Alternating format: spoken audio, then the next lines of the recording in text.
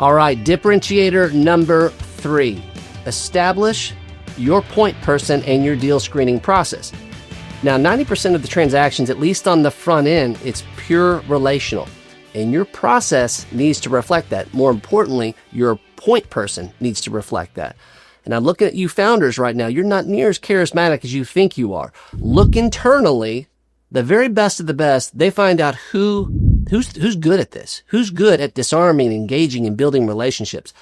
They don't have to be a finance person, but they need to be able to develop a relationship and trust quickly. Lead with that person. Now, also, that person needs to communicate what is your screening process. If you don't have a process, a seller who's already skeptical about selling their business is going to sniff that out immediately and realize that you don't know what you're doing. The best of the best, they start with their most relational person. They clearly and definitively communicate what is their process, how do they make decisions about making deals, and how long it's going to take, and what information do they need to do it. Just by being able to communicate, you're going to separate yourself from many other folks who've probably approached that same person. That's how you get them to lean in.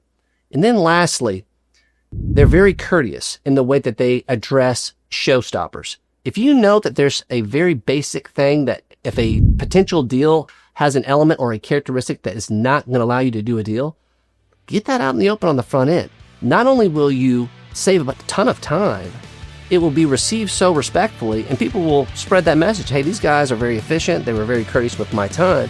And you'll start developing a reputation from people that want to do business with you.